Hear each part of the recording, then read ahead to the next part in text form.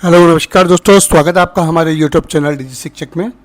मैं नितिन सोनी आपके लिए लेकर आया हूं आज एक सब्जेक्ट जो कि आपका ई बैंकिंग है। ई बैंकिंग के बारे में हम देखेंगे। ई बैंकिंग क्या होती है, कितने टाइप्स की होती है, कैसे ये वर्क करती है, इसके बारे में हम डिटेल में स्टडी करेंगे।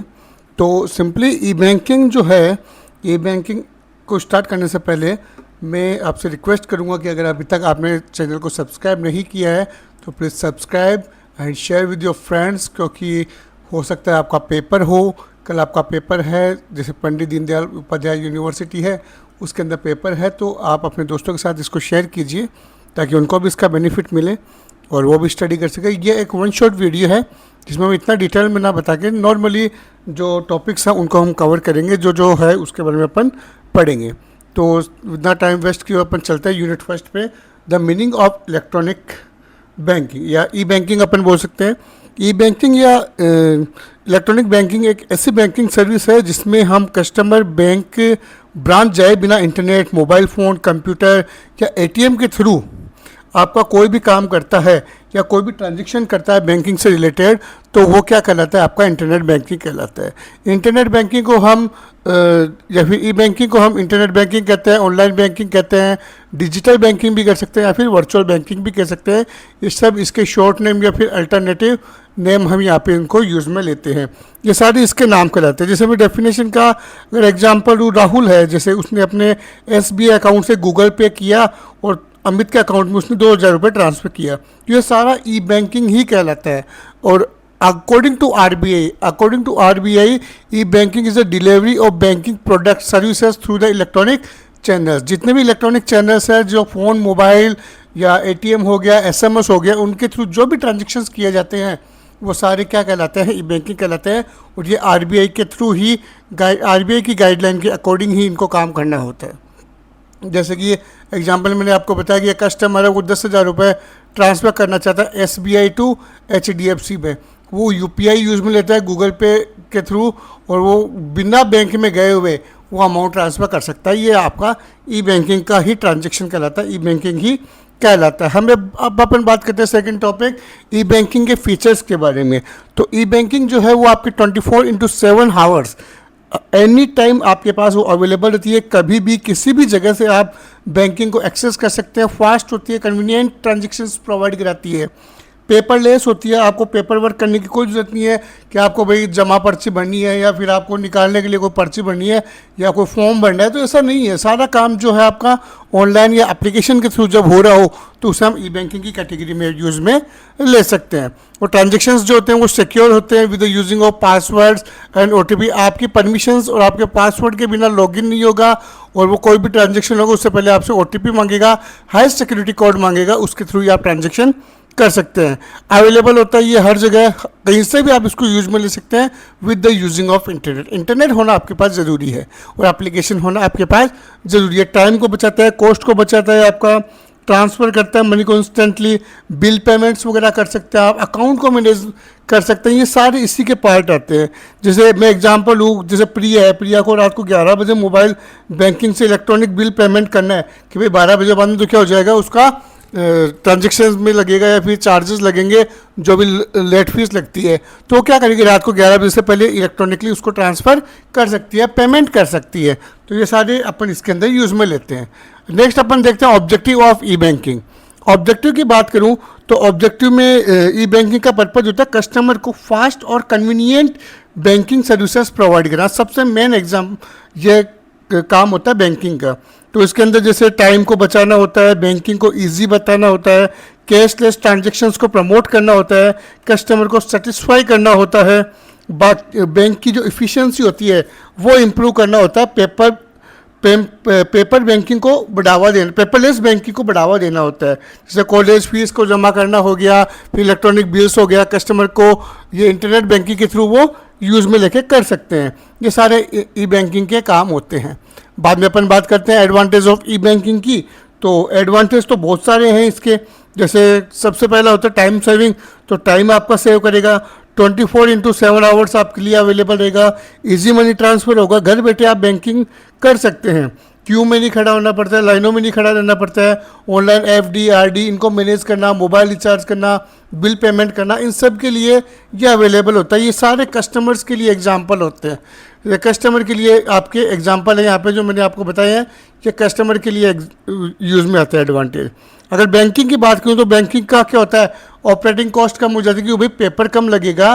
तो जब आप जाते हैं तो फॉर्म भरते हैं, वहाँ पे बैठते हैं, ज़्यादा टाइम लगता है, तो ये आपका ऑपरेटिंग कॉस्ट क्या हो जाती है, यहाँ पे थोड़ी कम हो जाती है। कस्टमर को अच्छी सर्विस दी जाती है, लेस पेपर वर्क होता है, बेटर कस्टमर रिलेशनशिप होती है। सीआरएम जो होता है आपका कस्टमर रिलेशन मैनेजमेंट, वो बेस्ट होने लग जाता है। वाइडर रीच मतलब एक तो क्या होता है कि बैंक थोड़ा सा ही लिमिटेड ही वर्क करता है, अब वो वर्ल्ड वाइड इंटरनेशनली भी आपका क्या कर सकता है, वर्क कर सकता है। तो ये इसके अंदर यूज़ में लेते हैं। अब हर चीज़ के जब एडवांटेज होंगे तो उसके डिसएडवांटेज भी होंगे। अगर मैं डिसएडवांटेज की बात करूं तो ई बैंकिंग का सबसे बड़ा डिसएडवांटेज एक क्या है, इंटरनेट डिपेंडेंसी है। दूसरा साइबर फ्रॉड है। साइबर फ्रॉड का मतलब ये नहीं है कि अपने आप हो जाता हो, जैसे आप ओटीपी वगैरह किसी दूसरे को शेयर कर देते हैं या आपका पासवर्ड वगैरह लीक हो जाता है कोई फिशिंग लिंक वगैरह से, या आगे अपन पढ़ेंगे यूनिट 4 के अंदर, उसमें सब कुछ चीज़ें बताई जाती है। तो इन पे डिपेंडेंट रहता है। फिशिंग अटैक हो गया, टेक्निकल फेलियर हो जाता है, पासवर्ड हैक हो जाता है, लैक ऑफ डिजिटल लिटरेसी। आपको अगर कंप्यूटर नहीं चलाना था, मोबाइल नहीं चलाना था, तो वो भी थोड़ा सा इसके अंदर इशू रहता है। क्योंकि कई बार क्या लोग क्या होते हैं कि फेक वेबसाइट बना के पासवर्ड को ट्राई करते हैं और अकाउंट हैक हो जाता है। तो ये थोड़ा सा इसके अंदर इशू रहता है। नेक्स्ट बात करते हैं अपन टाइप्स ऑफ ई बैंकिंग की। तो टाइप्स ऑफ ई बैंकिंग के अंदर सबसे पहले आता है आपका इंटरनेट बैंकिंग। इंटरनेट बैंकिंग क्या होती है? इंटरनेट बैंकिंग वो होती है जो बैंक के वेबसाइट के थ्रू जब एक्सेस की जाती है। बैंक की कोई भी ऑफिशियल वेबसाइट होगी, उस ऑफिशियल वेबसाइट पे आप जब रजिस्टर्ड होंगे, रजिस्टर्ड करने के बाद में आप बैलेंस इंक्वायरी कर सकते हैं, फंड ट्रांसफ़र कर सकते हैं, बिल पेमेंट कर सकते हैं, एफडी ओपन कर सकते हैं, चेकबुक के लिए रिक्वेस्ट कर सकते हैं।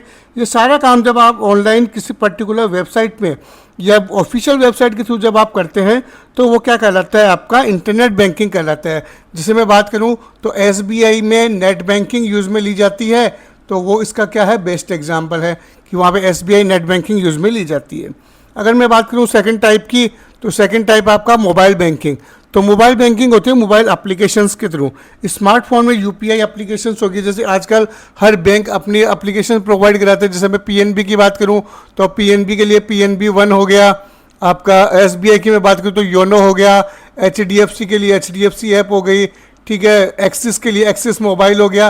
तो ये सारे बैंक अपने अपने एप्लीकेशंस प्रोवाइड कराते हैं जिनके थ्रू आप यूपीआई पेमेंट कर सकते हैं, क्यूआर स्कैन करके किसी को पेमेंट मर्चेंट ट्रांसफ़र कर सकते हैं, फंड ट्रांसफ़र कर सकते हैं, रिचार्ज कर सकते हैं। मिनी स्टेटमेंट तक आप अगर डाउनलोड करना चाहें तो इन एप्लीकेशंस के थ्रू आप डाउनलोड कर सकते हैं।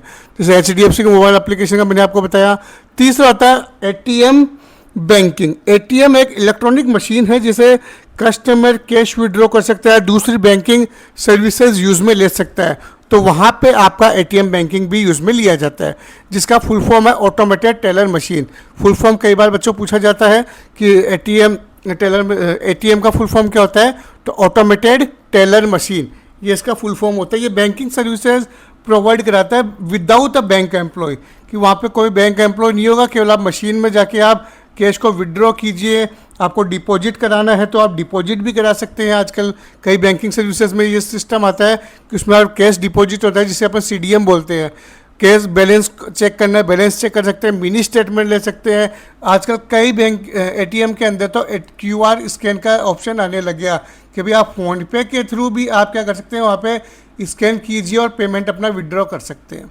तो ये चीज़ें भी आप कर सकते हैं, पिन चेंज कर सकते हैं अपना, ये सारे मोबाइल नंबर चेंज कर सकते हैं। तो all over the banking services available on ATM, then it known as the ATM banking.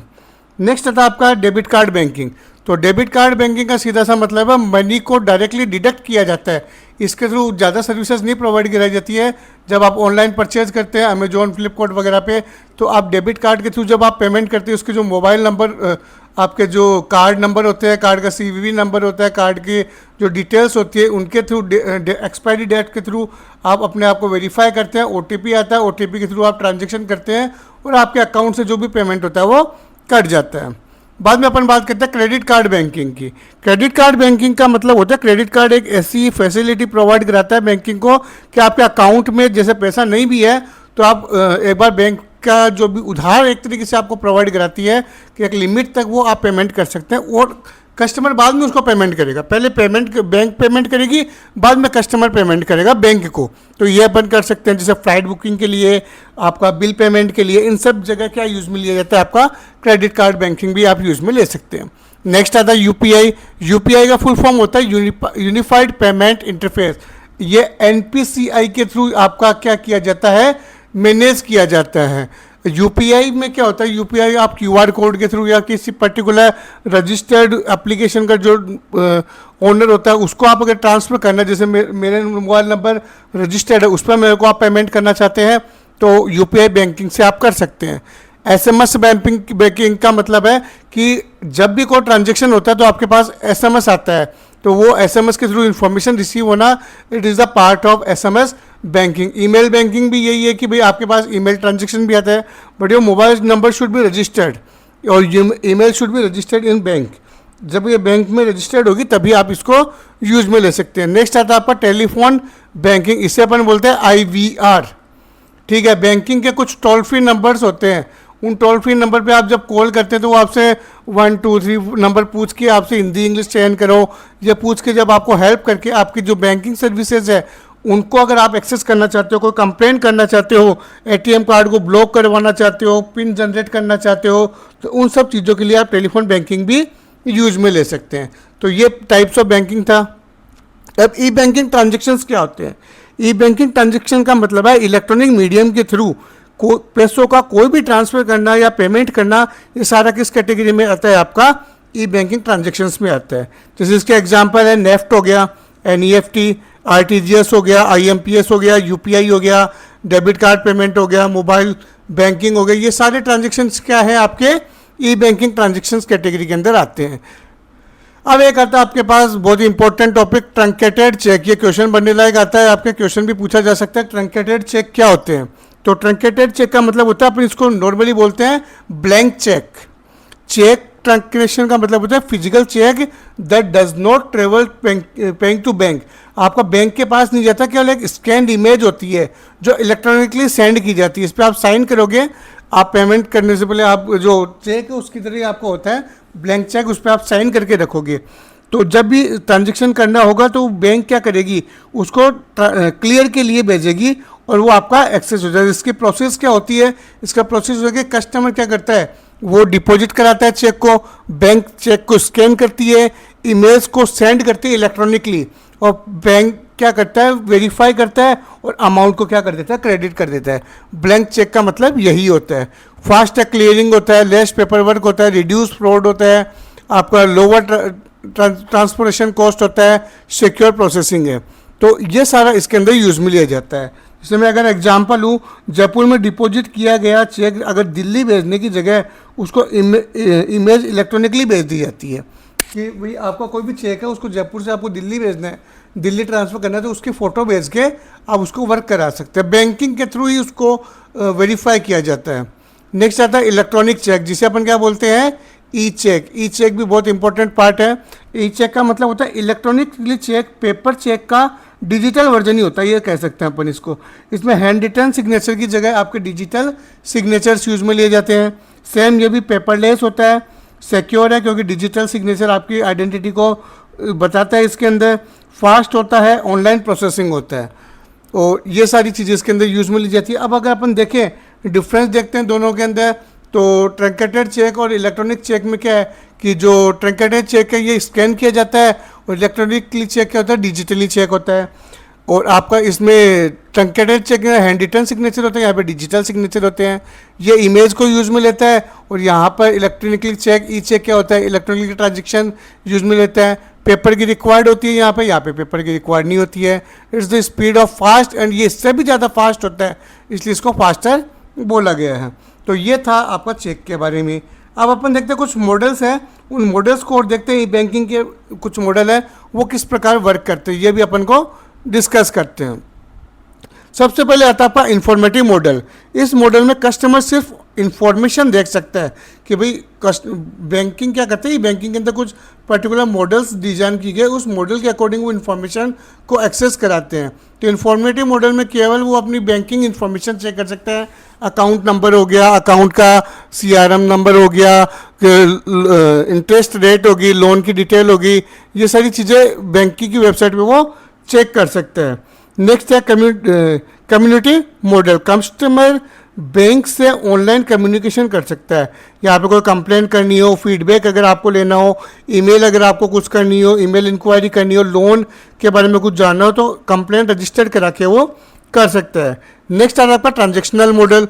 ये आपका जो फाइनेंशियल ट्रांजेक्शन्स होते हैं वो ये आपका प्रोवाइड कराता है कि भाई यहाँ पे आपको कोई मनी ट्रांसफ़र करना है, बिल पेमेंट करना है, FD ओपन करना है, ऑनलाइन शॉपिंग करना है, तो वहाँ पे ये यूज़ में ली जाती है। Next is the part, important part, CBS core banking solutions. Core banking solution का एक सेंट्रलाइज्ड बैंकिंग सिस्टम है जिसमें बैंक की सभी ब्रांचेस का एक सेंट्रल डेटाबेस से कनेक्टेड होती है। जैसे SBI ये हर जगह अवेलेबल है। एक शहर में 50 SBI की ब्रांच होगी, दूसरे शहर में 50 बैंक ब्रांचेज होगी। वो सारी ब्रांचों का जो सर्वर होता है, वो जितने भी बैंकों का सर्वर होता है, वो सारा एक सेंट्रल डेटाबेस से कनेक्टेड होता है। वहाँ पे सारी इन्फॉर्मेशन अवेलेबल होती है। कस्टमर किसी भी ब्रांच से अपना अकाउंट ऑपरेट कर सकता है। मैं सिक्कर से ऑपरेट कर सकता हूँ, जयपुर से कर सकता हूँ, दिल्ली से कर सकता हूँ, मुंबई से कर सकता हूँ। किसी भी SBI ब्रांच में जाके मैं इसको एक्सेस कर सकता हूँ। That known is the core banking solutions. तो इसके फीचर्स क्या होते हैं? कहीं पे भी बैंकिंग कर सकते हो, सेंट्रलाइज डेटाबेस होता है, रियल टाइम ट्रांजेक्शन्स होते हैं, मल्टीपल चैनल्स होते हैं बैंकिंग के लिए, 24/7 आवर्स ही आपके लिए अवेलेबल है, फास्ट फंड ट्रांसफ़र होता है, बेटर कस्टमर सर्विसेज प्रोवाइड कराता है। ये सारे इसके फीचर्स हैं। ये एडवांटेज और फीचर अपन दोनों इसको बोल सकते हैं। यहाँ पे बैंकिंग के लिए मैं बात करूं तो बैंक्स क्या करेगी, उनके लिए इजी हो जाता है, कस्टमर के लिए MIS रिपोर्ट बनाना इजी हो जाता है, उनके लिए इम्प्रूव करता है इफिशिएंसी को, डाटा को इजीली मैनेज कर सकता है। तो ये सारी चीज़ें थी आपकी यूनिट फर्स्ट के लिए। इसी के साथ में आपकी यूनिट फर्स्ट है वो आपकी क्लियर होती है। तो आप कमेंट सेक्शन में मेरे को बताइएगा यूनिट फर्स्ट आपको समझ में आई कि नहीं, और कोई डाउट है तो आप कमेंट सेक्शन में पूछ सकते हैं। सेकंड बात करते हैं अपन, सेकंड यूनिट है आपकी ऑनलाइन बैंकिंग। मैं पूरी जो यूनिट है, चारों यूनिट एक ही वीडियो के अंदर, वन शॉट के अंदर आपको बता रहा हूँ ताकि आपके लिए ईजी रहे ये। नेक्स्ट आपका ई बैंकिंग बोल सकते हैं, या फिर अपन बोल सकते हैं ऑनलाइन बैंकिंग भी अपन इसको बोल सकते हैं। तो ऑनलाइन बैंकिंग एक ऐसी बैंकिंग सर्विस है जिसमें कस्टमर इंटरनेट की मदद से बैंक की वेबसाइट या मोबाइल ऐप के थ्रू अपना अकाउंट एक्सेस करता है और बैंकिंग ट्रांजैक्शंस करता है। इसके लिए बैंक ब्रांचेज में जाना उसको ज़रूरी नहीं होता है। सिंपल वर्ड्स में मैं कह सकता हूँ कि इंटरनेट के थ्रू बैंकिंग करना ही ऑनलाइन बैंकिंग कहलाता है। जैसे ऑनलाइन बैंकिंग की डेफिनेशन अपन बोल सकते हैं, online banking is electronic delivery of banking services through the internet enables customers to access manage their bank account any time and anywhere. कहीं से भी कभी भी अपने अकाउंट को मैनेज करना है तो वो ऑनलाइन बैंकिंग के अंदर आता है। ये 24/7 टाइम्स आपके लिए अवेलेबल होती है। इसके लिए आपके पास यूज़र ID, पासवर्ड और OTP के थ्रू होता है। इंस्टेंट फंड ट्रांसफ़र कर सकते हैं, बिल पेमेंट कर सकते हैं, अकाउंट स्टेटमेंट डाउनलोड कर सकते हैं, FD RD वगैरह को अगर आपको एक्सेस करना है तो वो आप यूज़ में ले सकते हैं, लोन अप्लाई कर सकते हैं, क्रेडिट कार्ड मैनेज कर सकते हैं, चेक बुक के लिए रिक्वेस्ट कर सकते हैं। इवन आप किसी चेक को होल्ड करना चाहें तो वो भी आप यहाँ से कर सकते हैं। मोबाइल के थ्रू अगर आपको कोई भी ट्रांजेक्शन करना है उसके लिए आप ये यूज़ में लेते हैं। इसके भी एडवांटेज एंड डिसएडवांटेज वही है, 24/7 आवर्स ही आपके लिए अवेलेबल होता है। टाइम बचाता है, banking from any location, fast transactions के लिए यूज़ में आती है आपके पास, आपका सेफ एंड कन्वीनियंट होती है। डिसएडवांटेज ये है, इंटरनेट की रिक्वायरमेंट होती है आपके पास, यहाँ पे भी इंटरनेट आपके पास यूज़ में आता है। रिस्क ऑफ साइबर फ्रॉड को अगर आपको रिस्क होता है उसके लिए उसका यहाँ पे डिसएडवांटेज होता है कि कोई भी आपका अगर OTP वगैरह के साथ में आपका अकाउंट हैक वगैरह कर सकता है। दूसरा डिसएडवांटेज होता है यहाँ पे सर्वर अगर आपका डाउन चल रहा है तो आपके ट्रांजेक्शन्स नहीं होंगे। कई बार होता है जैसे SBI वगैरह का या PNB वगैरह का सर्वर नहीं चलता तो आपके ट्रांजेक्शन्स नहीं होते हैं। पासवर्ड वगैरह चोरी हो सकते हैं, उसका ये यहाँ पे थोड़ा सा खतरा रहता है। और सबसे मेन इंपॉर्टेंट, अगर आपको डिजिटल नॉलेज नहीं है, डिजिटली आप अवेयर नहीं है, डिजिटल अवेयरनेस नहीं है, साइबर अवेयरनेस नहीं है, तो थोड़ा सा आप साइबर क्राइम के शिकार हो सकते हैं यहाँ पे। तो ये इसका एग्जाम्पल वगैरह थे। अब meaning and concept of online banking, तो ऑनलाइन बैंकिंग का कंसेप्ट सिंपल है कि कस्टमर को फास्ट और सिक्योर कन्वीनियंट बैंकिंग सर्विसेज देना। इसमें बैंकिंग अपनी सर्विसेज इंटरनेट के थ्रू प्रोवाइड कराता है, ये सबसे इम्पोर्टेंट पार्ट है इसका। यहाँ पे बैंकिंग को इजी बताया गया है, टाइम को बचाना होता है। नेक्स्ट अपन देखते हैं need of computerisation in banking. Computerisation क्या होता है बैंकिंग के अंदर, ये अपन इसका देखते हैं क्या होता है। तो कंप्यूटराइजेशन का मतलब होता है बैंकिंग ऑपरेशंस में कंप्यूटर और टेक्नोलॉजी को यूज़ करना। कि भाई इंफॉर्मेशन टेक्नोलॉजी है, आईटी है, बीसीए के स्टूडेंट है, बीटेक के स्टूडेंट है, तो उनके लिए बहुत इंपॉर्टेंट है कि बैंकिंग में आपका आईटी ऑफिसर होता है, तो वो आपके आईटी टेक्नोलॉजीज वगैरह को यूज़ में लेके ऑपरेशंस को इफिशिएंट वर्क कराता है। तो फास्ट प्रोसेसिंग वगैरह के लिए यूज़ में लिया जाता है, ह्यूमन एरर्स को कम करता है, बेटर कस्टमर सर्विसेज प्रोवाइड कराने के लिए अपन इसको यूज़ में लेते हैं। बेनिफिट यही है, क्विक बैंकिंग सर्विस होता है, बैलेंस इंक्वायरी हाथों हाथ आपको बताता है, फास्टर मनी ट्रांसफ़र होता है, 24/7 टाइम आपके लिए बैंकिंग अवेलेबल रहती है।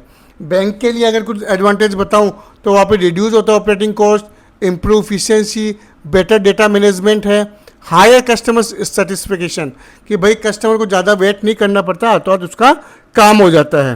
तो ये थोड़ा सा इसका यूज़ में आता है।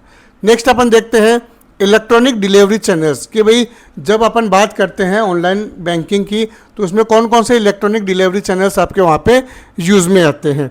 तो इलेक्ट्रॉनिक डिलीवरी चैनल्स वो इलेक्ट्रॉनिक मेथड है जिनसे बैंकिंग कस्टमर्स को सर्विस प्रोवाइड कराते हैं। सबसे पहले इसमें आता है एटीएम।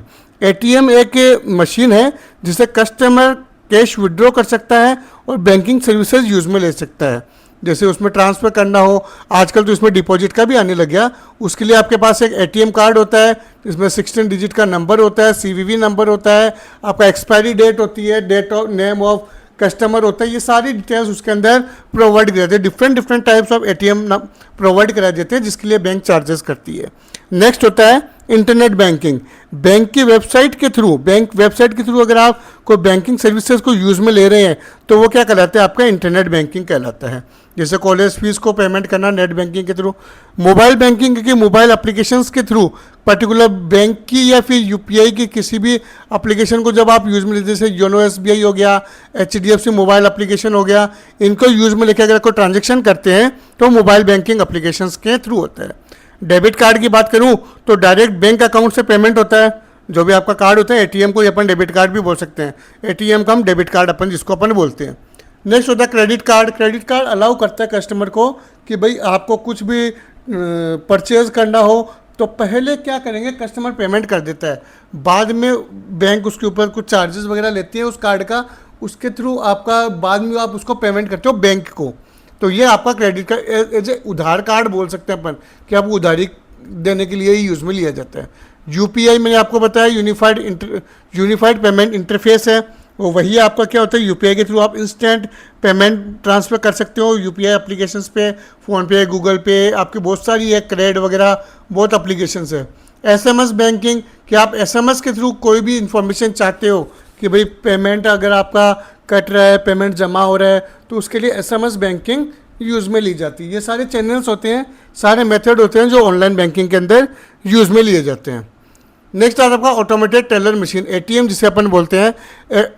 एटीएम जो है, एटीएम आपका एक इलेक्ट्रॉनिक मशीन है जो कि बैंक एम्प्लॉय की हेल्प के बिना बैंकिंग सर्विसेज प्रोवाइड कराती है आपको। जैसे कंपोनेंट्स क्या क्या होते हैं इसके अंदर, इसमें कार्ड रीडर होता है जिसमें आप कार्ड को इंसर्ट करते हैं, कीपैड होता है जिससे आप पिन लगाते हैं, डिस्प्ले स्क्रीन जहाँ पे आपको अमाउंट शो होती है, कैश डिस्पैचर जहाँ से आपका पैसा निकलता है, रिसिप्ट प्रिंटर जहाँ से आपको पर्ची निकलती है ना वो पेमेंट करने के बाद में या पेमेंट निकलवाने के बाद में, डिपॉजिट स्लॉट ये कुछ एक बैंकों में होता है, कुछ में नहीं होता है, ये ऑप्शनल है भाई, ये ऑप्शनल होता है, कईयों में होता है, कईयों में नहीं भी होता है। सिक्योरिटी कैमरा होता है कि भाई वो देखता रहता है कि भाई ये जो कुछ कल को अगर कुछ फ्रॉड वगैरह हो रहा है तो वो वहाँ पर पता चलता रहे। तो ये सारी चीज़ें उसमें अवेलेबल होती है। कैश विड्रॉ कर सकते हो, कैश डिपॉजिट कर सकते हो, बैलेंस इंक्वायरी कर सकते हो, मैक्सिमम 5 से 6 मिनिमम स्टेटमेंट आप निकाल सकते हो, आपका पिन चेंज कर सकते हो, फंड ट्रांसफ़र कर सकते हो। तो ये सारी चीज़ें ये आप पे यूज़ में ली जाती है। एडवांटेज सेम ही है, जैसे हर सर्विसेज का ये एग्जांपल अवेलेबल है। जब इंटरनेट की बात आती है तो वो 24/7 टाइम आपके पास अवेलेबल रहता है। इजी कैश विड्रॉल होता है, बहुत सारी जगह पे अवेलेबल होता है, सिक्योर ट्रांजेक्शन्स होते हैं, कैश डिसएडवांटेज की मैं बात करूँ तो कई बार क्या होता है, जैसे पैसा नहीं होता है, मान लिया अपन किसी एटीएम में गए, वहाँ पे पैसा नहीं है, तो ज़रूरी नहीं कि हर जगह हो ही वो अमाउंट, मशीन का सर्वर ब्रेकडाउन चल रहा हो, कार्ड स्कीमिंग फ्रॉड भी हो सकता है, कई बार आपके पास फॉरगेट कर सकते हो, आप पिन भूल जाते हो, तो वो थोड़ी समस्या हो जाती है। तो ये सारी चीज़ें इसके अंदर यूज़ में आती है। नेक्स्ट आता है आपका इलेक्ट्रॉनिक फंड ट्रांसफ़र, जिसे अपन शॉर्ट में बोलते हैं ईएफटी। ईएफटी में क्या होता है कि इलेक्ट्रॉनिक फंड ट्रांसफ़र एक ट्रांसफ़र होता है मनी ट्रांजेक्शन्स के लिए, इलेक्ट्रॉनिकली मनी ट्रांजेक्शन करते हैं from one bank account to another bank account without using paper cheque और कैश, बिना चेक वगैरह के अपन उसको ट्रांसफ़र करते हैं। जैसे इसमें पहले होता है एनईएफटी, ये क्या होता है नेफ्ट, जिसको अपन बोलते हैं national electronics fund transfer, NEFT की फुल फॉर्म होती है ये, transfer money in batches across India, किसी भी इंडिया के अंदर या फिर बैचेज वाइज अगर मनी आपको ट्रांसफ़र करनी है तो वो अपन क्या करते हैं, यूज़ में लेते हैं। जैसे 25,000 रुपये ट्रांसफ़र करना है तो वो अपन यूज़ में लेते हैं नेफ्ट के थ्रू। आरटीजीएस का पूरा फुल फॉर्म होता है real time gross settlement, it is use for large amount, बड़ा अमाउंट ट्रांसफ़र करना हो, जैसे 5 लाख 10 लाख 15 लाख रुपए अगर आपको ट्रांसफ़र करने हो सप्लायर को, तब आप यूज़ में लेते हो। आईएमपीएस की फुल फॉर्म होती है इमीडिएट पेमेंट सर्विस, ये क्या होता है 24/7 टाइम्स आपके लिए अवेलेबल रहता है, कभी भी इसको आप ट्रांसफ़र कर सकते हो 24/7 टाइम्स, ये हॉलीडे के दिन भी आपका यूज़ में लिया जाता है। यूपीआई, ये आपको काफ़ी बार बता चुका हूँ मैं, यूपीआई का क्या होता है, किसी की यूपीआई आईडी पे @ सिंबल के साथ में यूपीआई आईडी रहती है, उस पर अगर आपको ट्रांसफ़र करना हो तो आप क्या यूज़ में लेते हो, या मोबाइल नंबर पे अगर आपको ट्रांसफ़र करना हो तो आप यूज़ में लेते हो यूपीआई को यूज़ में लेना पड़ता है, जिसके लिए बहुत सारी एप्लीकेशन है, फ़ोनपे हो गई, गूगल पे हो गई, क्रेडिट हो गई, पेटीएम हो गई, बहुत सारी चीज़ें अपन यहाँ पे यूज़ में लेते हैं। अब यूजेज ऑफ ईएफटी, ईएफटी के क्या क्या यूज़ में आते हैं, सैलरी पेमेंट करना हो, पेंशन का पेमेंट करती है गवर्नमेंट, ऑनलाइन शॉपिंग में आप यूज़ में लेते हो, बिल पेमेंट करते हो बीबीपीएस के ऊपर, बाद बिल पेमेंट सिस्टम के ऊपर, स्कूल या कॉलेज की फ़ीस जमा करनी हो, इनकम टैक्स का पेमेंट अगर आपको भेजना हो, इंश्योरेंस प्रीमियम भरना हो, बिजनेस ट्रांजेक्शन्स करनी हो, तो यहाँ पर अपन क्या करते हैं, इनको यूज़ में, जैसे कंपनी है तो कंपनी अपनी सैलरी डायरेक्टली बैंक अकाउंट में जब ट्रांसफ़र करती है तो उसके लिए उसको एनईएफटी आरजीएचएस वगैरह यूज़ में लेना पड़ता है। अब सबसे इंपॉर्टेंट टॉपिक आता है आपका कंप्यूटराइजेशन इन क्लियरिंग हाउसेज, ये थोड़ा सा इंपॉर्टेंट टॉपिक है, इसको ध्यान से देखिएगा। क्लियरिंग हाउसेज एक ऑर्गेनाइजेशन है जो डिफरेंट बैंक के चेक्स और पेमेंट को सेटल करता है, मतलब बहुत सारे अलग अलग बैंकों के चेक आ गए तो वो एक जगह यहाँ पे आते हैं और उनको क्लियर करने के लिए, सेटलमेंट करने के लिए आपका यूज़ में लिया जाता है। कंप्यूटराइजेशन के बाद में आजकल जो है ईसीएस आपका यूज़ में लिया जाने लगा है, इलेक्ट्रॉनिक चेक क्लियरिंग सिस्टम है, वो आपका यूज़ में लिया जाने लगा है आजकल। तो ये फास्ट पेमेंट के लिए यूज़ में लिया जाता है, रिड्यूस करता है पेपर वर्क को, ह्यूमन एरर हटाता है, बेटर एक्यूरेसी प्रोवाइड कराता है, तो ये सारी चीज़ें यहाँ पे यूज़ में ली जाती है। तो ये एक डिफरेंस है आपके ऑनलाइन बैंकिंग और ट्रेडिशनल बैंकिंग के बीच में। ऑनलाइन बैंकिंग थ्रू इंटरनेट होती है, ट्रेडिशनल बैंकिंग ब्रांच पे होती है, 24/7 टाइम्स ऑनलाइन बैंकिंग होती है, ये आपका 9 to 5 10 to 5 जो भी टाइम है उसमें आप ट्रेडिशनल बैंकिंग होती है। इसमें ऑनलाइन बैंकिंग इंस्टेंट स्पीड होती है, इसमें थोड़ा सा स्लो है, पेपर वर्क इसमें ज़्यादा थोड़ा सा कम होता है, इसमें पेपर वर्क ज़्यादा होता है ट्रेडिशनल के अंदर, क्यू के अंदर खड़ा होना पड़ता है, ऑनलाइन बैंकिंग में बिल्कुल नहीं होना पड़ता, बट ट्रेडिशनल बैंकिंग में एसबीआई की बड़ी सारी लाइन लगी रहती है। एक्सेसिबिलिटी की बात करूँ तो कहीं से भी एक्सेस करो, और ट्रेडिशनल बैंकिंग में आपको ब्रांच में जाना ही पड़ता है। तो ये आपकी यूनिट सेकंड कंप्लीट होती है। Now we are moving on the unit third. तो बीच बीच में आपसे मैं रिक्वेस्ट करना चाहूँगा कि अगर आपको कंटेंट अच्छा लगे तो आप चैनल को सब्सक्राइब कीजिएगा और अपने दोस्तों को भी इसको शेयर कीजिएगा, ताकि जल्द से जल्द मेरा चैनल भी मोनेटाइजेशन हो, 1K यहाँ पे हो जाए। थोड़ा सा ये टारगेट है मेरा भी, कुछ एक बच रहे हैं वो भी मेरा भी कंप्लीट हो। नेक्स्ट अपन देखते हैं ई बैंकिंग की थर्ड यूनिट। इसमें क्या करते हैं कि अपन देखेंगे ई बैंकिंग के टेली बैंकिंग क्या होती है, होम कंप्यूटर्स के थ्रू कैसे एक्सेस करते हैं, ये सारी चीज़ अपन देखते हैं। तो सबसे अपन पहले बात करते हैं कि टेली बैंकिंग क्या होती है। टेली बैंकिंग एक ऐसी बैंकिंग सर्विस है जिसमें कस्टमर टेलीफोन या मोबाइल फ़ोन के माध्यम से बैंकिंग की सर्विसेज को यूज़ में लेता है, तो वहाँ पर आपका यूज़ में ली जाती है, आपकी टेली बैंकिंग यूज़ में ली जाती है। या अपन मोबाइल बैंकिंग भी अपन इसको बोल सकते हैं। मोबाइल फ़ोन करके IVR सिस्टम के थ्रू अगर इंटरेक्टिव वॉइस रेस्पॉन्स के थ्रू अगर आप यूज़ में लेते हैं बैंकिंग सर्विसेज को, तो वो टेली बैंकिंग कहलाती है। टेली बैंकिंग का फीचर्स यही है कि बैंक में जाने की ज़रूरत नहीं पड़ती है आपको, 24/7 टाइम अवेलेबल होता है, सिक्योर पिन के साथ में कस्टमर को वेरीफाई किया जाता है, क्विक एक्सेस होता है बैंकिंग सर्विसेज का, सूटेबल बैंकिंग नीड्स होती है, services available through the tele banking. क्या क्या कर सकते हो?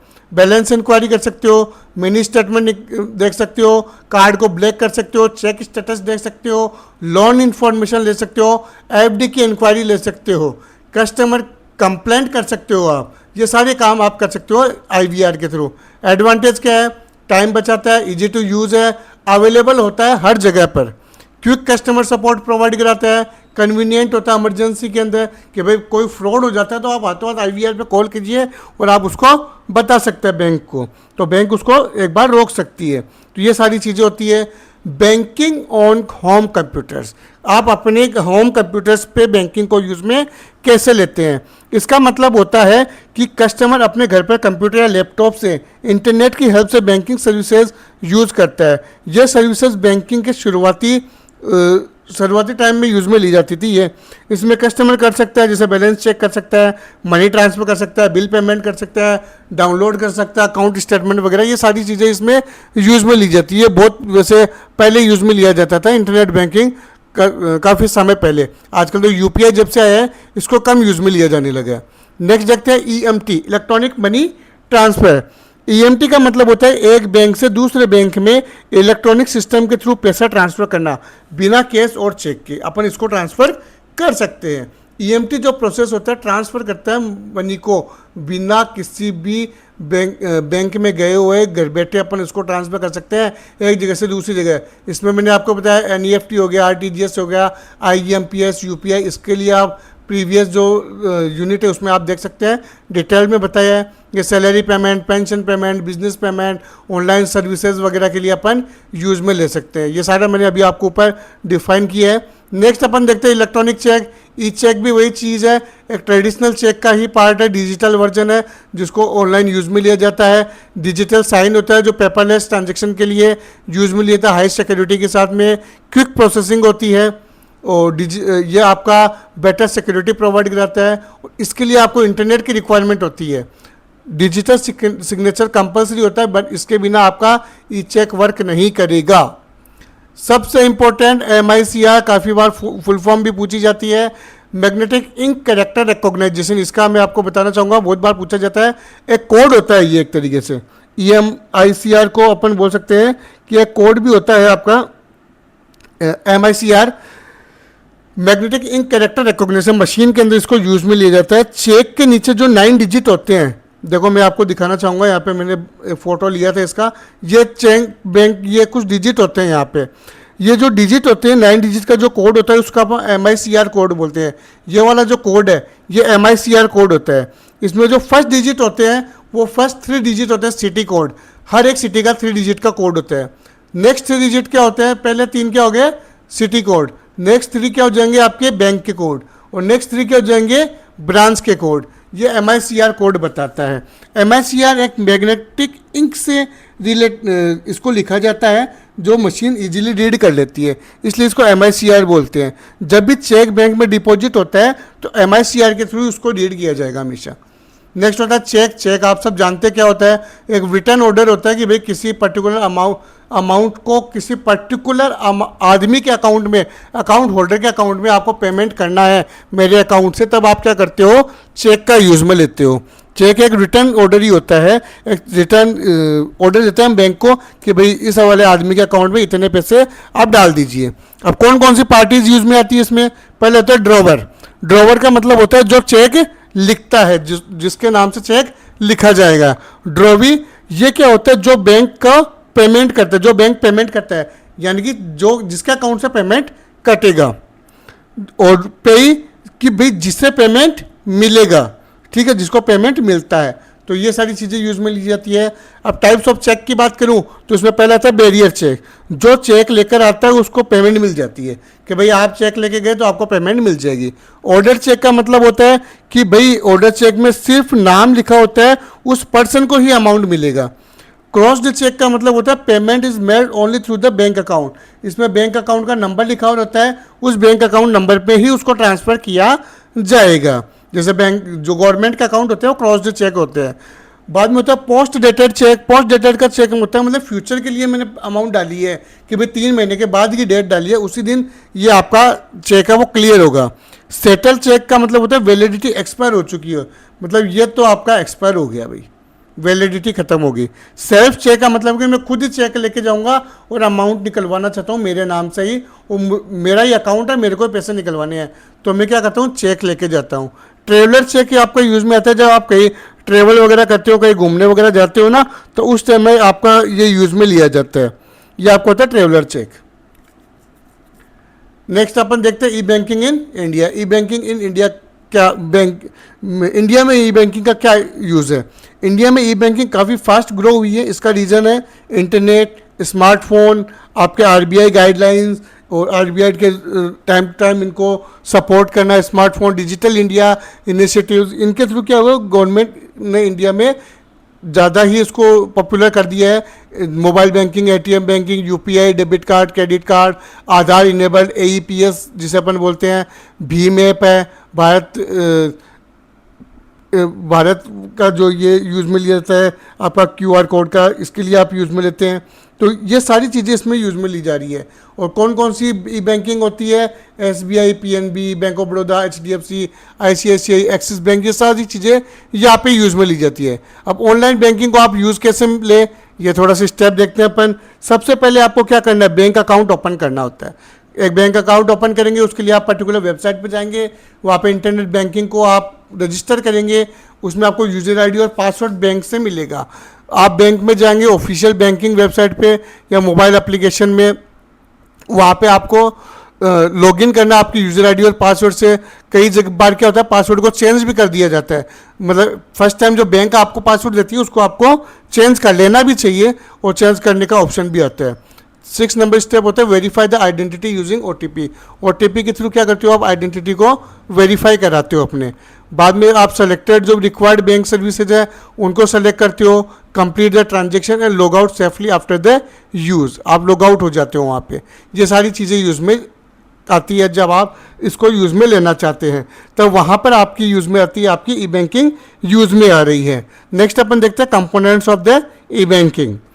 कंपोनेंट्स ऑफ ई बैंकिंग का मतलब है the major components required in the e banking are, कौन कौन से कंपोनेंट्स हैं जो अपने यूज़ में आते हैं जिनके बिना अपन इसको यूज़ में नहीं ले सकते। जैसे कंप्यूटर या स्मार्टफोन की रिक्वायरमेंट होती है, इंटरनेट कनेक्शन की रिक्वायरमेंट होती है, बैंकिंग सर्वर की रिक्वायरमेंट होती है, बैंकिंग सॉफ्टवेयर की रिक्वायरमेंट होती है, कस्टमर अकाउंट जो अकाउंट नंबर आपको होता है, आपको यूज़र आईडी और पासवर्ड जो बैंक देता है इसकी रिक्वायरमेंट होती है आपको। ओटीपी के थ्रू आप ऑथेंटिकेट करते हैं, डेबिट कार्ड, क्रेडिट कार्ड जिसके थ्रू आप कई बार अपनी आइडेंटिटी को वेरीफाई कराते हैं।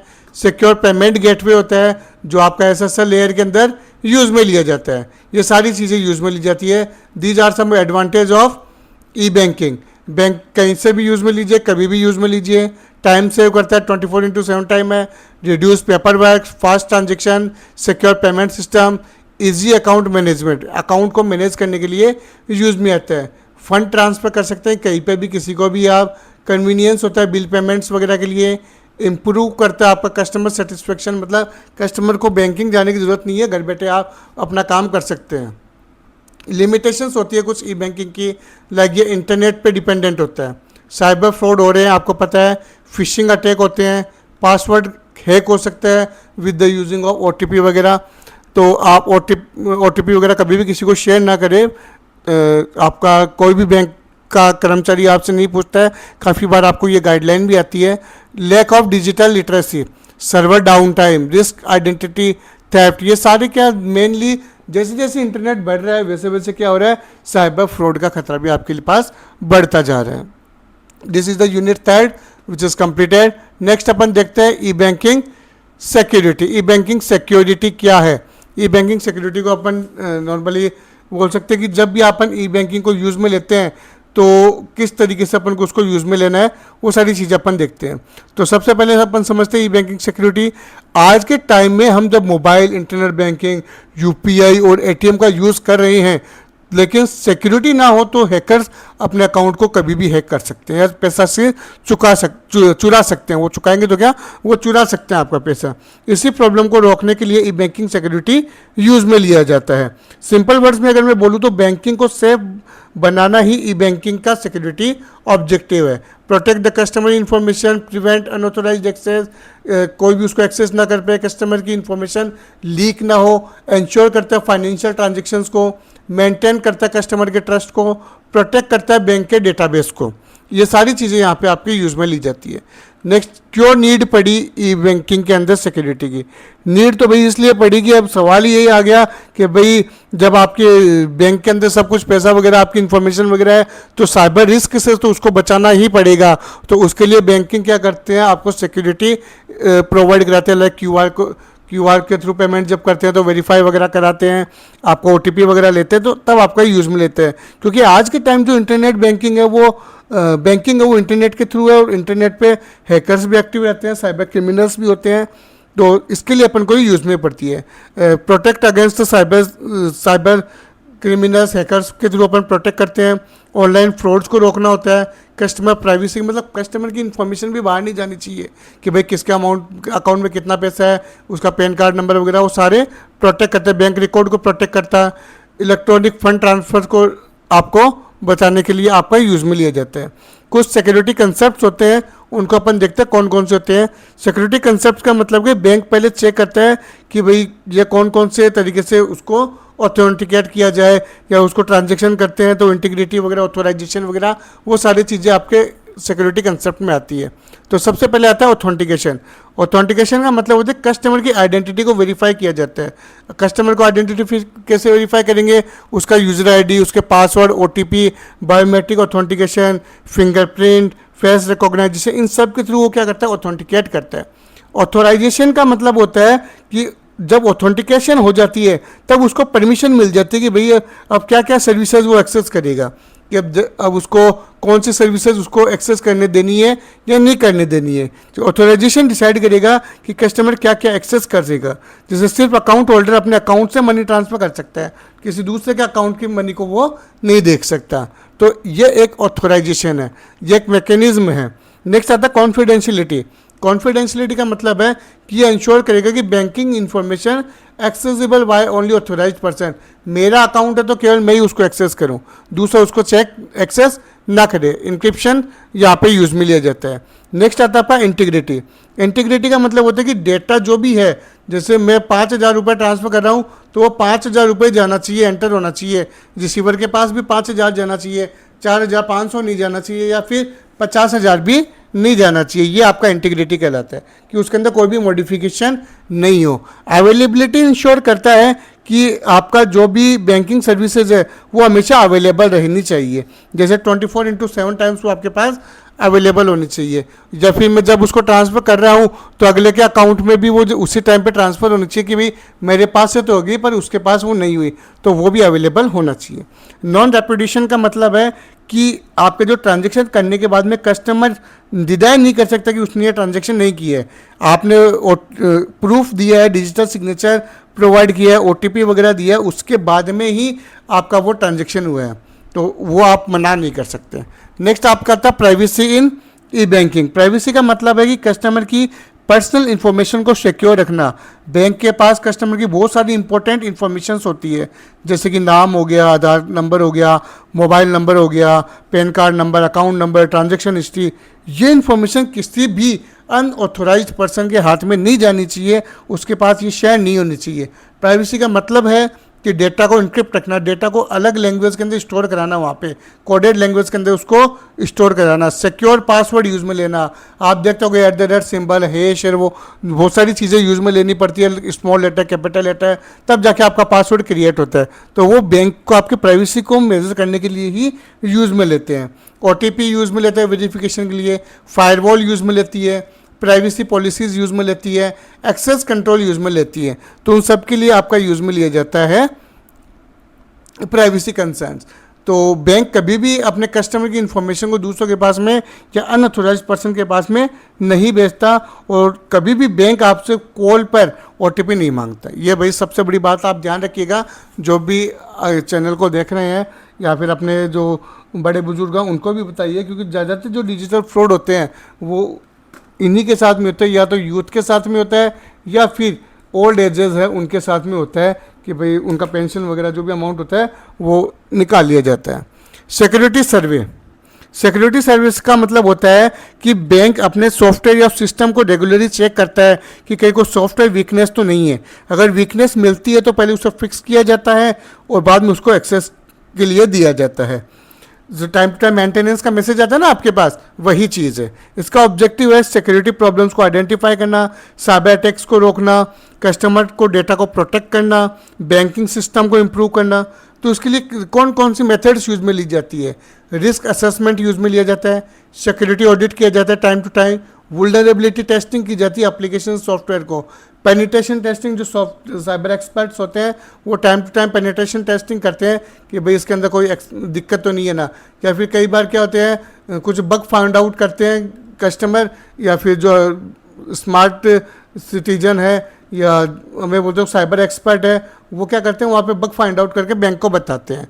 तो अवेयरनेस प्रोग्राम चलाती है बैंक टाइम टू टाइम, तो उनके लिए ये सारी चीज़ें यूज़ में ली जाती है।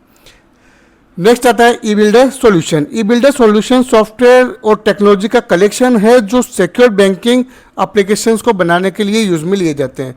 ये बैंक को सेफ ऑनलाइन सर्विसेज प्रोवाइड करने में भी हेल्प करते हैं। इनका फीचर्स होते हैं सिक्योर लॉगिन देना, सिक्योर सॉकेट लेयर होती है एक SSL लेयर, उसके थ्रू लॉगिन देना, HTTPS के थ्रू होना, 256 बिट लेयर के ऊपर डेटा को ट्रांसफ़र करना, ये सारे सिक्योर लॉगिन के पार्ट होते हैं। कस्टमर अकाउंट मैनेजमेंट होते हैं कि भाई कस्टमर का अकाउंट वगैरह को मैनेज करना, फंड ट्रांसफ़र करना, bill payment, online loan application, इन सब को मैनेज करने के लिए क्या होता है आपका ये फीचर्स इसमें यूज़ में लिए जाते हैं। एडवांटेज सेम वही है, better security, customer services, reduce paper work, lower operational cost. तो ये इसके अंदर यूज में, जैसे एग्जांपल लूँ तो SBI योनो एप्लीकेशन है, वो टेक्नोलॉजी का एक बेस्ट एग्जांपल है। नेक्स्ट अपन देखते हैं डिजिटल सर्टिफिकेट। डिजिटल सर्टिफिकेट क्या होता है? एक डिजिटल सर्टिफिकेट एक इलेक्ट्रॉनिक डॉक्यूमेंट होता है जो वेरीफाई करता है कि भाई जो आइडेंटिटी है पर्सन की या ऑर्गेनाइजेशन की जो भी आइडेंटिटी है और वेबसाइट की जो आइडेंटिटी है उसको वेरीफाई करने के लिए यूज़ में लिया जाता है। It is issued by the certified authority, CA के थ्रू ये प्रोवाइड किया जाता है। जो होस्टिंग्स होते हैं, होस्टिंग के अंदर सर्टिफाइड अथॉरिटी होती है, वही इसको प्रोवाइड कराती है, वेरीफाई करता है आइडेंटिटी को। इसका पर्पज़ यही होता है, प्रोवाइड कराता है कम्युनिकेशन, प्रोवाइड कराता है सिक्योर वेबसाइट ऑथेंटिकेशन के लिए यूज़ में ली जाता है, ऑनलाइन बैंकिंग को सेफ बनाता है। ये सारी चीज़ें इसके अंदर यूज़ में ली जाती है। अब डिजिटल सर्टिफिकेट में क्या क्या चीज़ें यूज़ में आएगी, क्या क्या होता है इसके अंदर? तो इसमें आपका सर्टिफिकेट होल्डर का नाम होता है, एक पब्लिक की होती है, जो पब्लिक की के थ्रू कहीं पे भी वो लॉगिन देगा, उसको इनक्रिप्ट करके डिक्रिप्ट करके अगला उसको वेरीफाई करेगा। सर्टिफिकेट के सीरियल नंबर होते हैं, कब तक है उसका एक्सपायरी डेट होता है, सर्टिफिकेट जो अथॉरिटी है उसका डिजिटल सिग्नेचर होता है कि भाई किसने इसको इशू किया है, उसका भी इसमें डिटेल होती है। ये सारी चीज़ें इसके अंदर यूज में ली जाती है। डिजिटल सिग्नेचर की बात करूं, नेक्स्ट आपका डिजिटल सिग्नेचर एक इलेक्ट्रॉनिक सिग्नेचर है जो इलेक्ट्रॉनिकली डॉक्यूमेंट्स को वेरीफाई करने के लिए अपन यूज में लेते हैं। कई बार नहीं देखते अपन ऐसे ग्रीन कलर का सा सिंबल आता है किसी डॉक्यूमेंट के ऊपर, तो वो डिजिटल सिग्नेचर ये वो वेरीफाई करता है। जैसे आपको OBC, मूल निवास वगैरह इनके अंदर ये ग्रीन कलर का सिंबल आता है, तो वो ये वेरीफाई करता है कि भाई ये सिग्नेचर मैंने किया, SDM ने किया या किसी ने भी इसको वेरीफाई किया, ये वैलिड है, ये चीज़ ये बताता है। तो डिजिटल सिग्नेचर इलेक्ट्रॉनिक सिग्नेचर होता है जो कि इलेक्ट्रॉनिक डॉक्यूमेंट्स को वेरीफाई करता है। ये इंक्रिप्शन टेक्नोलॉजी के ऊपर बेस्ड होता है, आइडेंटिटी वेरिफिकेशन के लिए यूज में लिया जाता है, इंश्योर करता है डॉक्यूमेंट की इंटीग्रिटी कि भाई किसी ने चेंज नहीं किया है, सही है और ये मैंने इसको इशू किया है। प्रिवेंट करता है आपका फ्रॉगेसी को, टेम्परिंग डिटेक्ट करता है, वैलिडिटी बताता है आपका वैलिडेट है या नहीं है। नॉन रेपुटेशन मतलब किसी को किसी के दूसरे के थ्रू नहीं जारी किया गया है, सर्टिफाइड अथॉरिटी के थ्रू ये जारी किया है। ये इसका एडवांटेज है, हाई सिक्योरिटी है, सेव करता है टाइम को, पेपरलेस ट्रांजेक्शन्स देता है। डिसएडवांटेज वही है कि भाई डिजिटल सर्टिफिकेट होता है, उसके लिए डिजिटल सिग्नेचर को वेरीफाई करने के लिए डिजिटल सर्टिफिकेट की भी रिक्वायरमेंट होती है। टेक्निकल नॉलेज की रिक्वायरमेंट होती है। इंस्टेंट इनिशियल सेटअप कॉस्ट, कि भाई स्टार्टिंग में ये बनवाने के लिए उसको कॉस्ट भी पेमेंट करनी पड़ती है। अब डिजिटल सिग्नेचर और हैंड रिटन सिग्नेचर के अंदर क्या डिफरेंस है? इसके अंदर नॉर्मल डिफरेंस है, डिजिटल सिग्नेचर इलेक्ट्रॉनिकली होता है, हैंड रिटन सिग्नेचर ये पेपर पे होता है। सिक्योरिटी इसकी हाई होती है, इसकी लो होती है। वेरिफिकेशन ये कंप्यूटर के थ्रू वेरीफाई किया जाता है, ये मैनुअली बैंकिंग के थ्रू, पर्सन के थ्रू वेरीफाई किया जाता है। टेम्परिंग इसको ईजिली डिटेक्ट कर सकते हैं, डिटेक्टेबल होता है कि भाई अगर कुछ भी छेड़छाड़ हुई तो पता चल जाएगा। और इसको डिफ़िकल्ट होता है डिटेक्ट करने के लिए कि भाई मैं किसी का साइन कर दूं तो नहीं पकड़ पाता अगला भाई जल्दी से। तो यूजेज ऑनलाइन डॉक्यूमेंट के लिए यूज़ में आता है, ये पेपर डॉक्यूमेंट के लिए यूज़ में आता है। ये इसके कुछ पार्ट हुए। अब कुछ कॉमन साइबर थ्रेट है, कुछ साइबर अटैक है, को कौन कौन से है जो अपन देखते हैं। फिशिंग का मतलब होता है कि भाई कोई फेक वेबसाइट बनाकर उस वहाँ से आपका पर्सनल डेटा चुराना, पासवर्ड वगैरह चुराना, उसको फिशिंग कहते हैं। हैकिंग का मतलब होता है अनऑथोराइज्ड एक्सेस को लेकर अकाउंट को कंट्रोल करना, कि भाई पासवर्ड सही है आपका, पासवर्ड चेंज नहीं किया है, आपका पासवर्ड किसी निकाल लिया गया है, उसको यूज़ में लेना। मालवेयर एक वायरस होता है जिसके थ्रू डेटा को चोरी किया जाता है। आइडेंटिटी थेफ्ट का मतलब होता है कि आप कस्टमर की पर्सनल इंफॉर्मेशन का मिसयूज़ किया जाता है। पासवर्ड थेफ्ट वही चीज़ है, पासवर्ड को चोरी करके कहीं पे यूज़ में लेना। एटीएम स्किमिंग भी होता है, जिससे एटीएम कार्ड की इन्फॉर्मेशन कॉपी कर लेते हैं कई बार, वहाँ पे एक चिप लगा देते हैं, वहाँ पे जैसे आप कार्ड इंसर्ट करेंगे तो आपके कार्ड की पूरी डिटेल, सीवीवी नंबर वगैरह सारा उसके पास आ जाता है। ये सारी चीज़ें होती है। तो एक सेफ्टी टिप्स है बैंकिंग ई बैंकिंग कस्टमर्स के लिए कि भाई कभी भी अपना OTP पासवर्ड शेयर मत कीजिए, यूज़ कीजिए स्ट्रॉन्ग पासवर्ड यूज़ में लीजिए। पासवर्ड को हमेशा जैसे रेगुलरली 60 दिन 180 दिन के बाद में उसको चेंज कर दीजिए। एक्सेस कीजिए ओनली ऑफिशियल एप्लीकेशन को या ऑफिशियल बैंकिंग वेबसाइट को ही आप यूज़ में लीजिए, अदरवाइज आप फिशिंग का भी शिकार हो सकते हैं। पब्लिक वाईफाई के अंदर बैंकिंग को कभी भी एक्सेस मत कीजिए। एंटीवायरस यूज़ में कीजिए, लॉग आउट कर दीजिए उसको, जब भी आप एक्सेस कर लेते हैं उसके बाद में उसको लॉग आउट कर दीजिए। 2 फैक्टर ऑथेंटिकेशन 2FA बहुत इंपॉर्टेंट है। 2FA आपको यूज़ में लेना ही चाहिए कि जब भी आपका कोई ट्रांजेक्शन करेंगे तो आपके पास OTP आएगा, लॉगिन करेंगे तो आपके पास OTP आएगा। Monitor account transaction regularly, time to time अपने ट्रांजेक्शन को देखते रहिए, भाई कोई अनऑथोराइज तो नहीं हुआ ना। रिपोर्ट कीजिए कोई सस्पिशियस, कोई भी अटैक आपको लगता है कि भाई ये सस्पिशियस मेरे अकाउंट में कुछ हुआ है, तो उसके लिए आप कंप्लेंट 1930 पर भी कर सकते हैं, साइबर फ्रॉड के ऊपर भी, या फिर बैंक की ऑफिशियल वेबसाइट है वहाँ पर भी आप कर सकते हैं। तो इसी के साथ में आपकी जो चारों यूनिट है, 4 यूनिट जो ई बैंकिंग की है, वो एक 1 शॉट क्लास के अंदर मैंने कंप्लीट की है आप सभी के लिए। तो आप सभी से एक मेरा रिक्वेस्ट है कि जो भी इस वीडियो को देखे प्लीज़ सब्सक्राइब माय चैनल और अपने दोस्तों को भी ज़रूर शेयर कीजिएगा। And wish you all the best for your exam. Thank you. जय हिंद, जय भारत।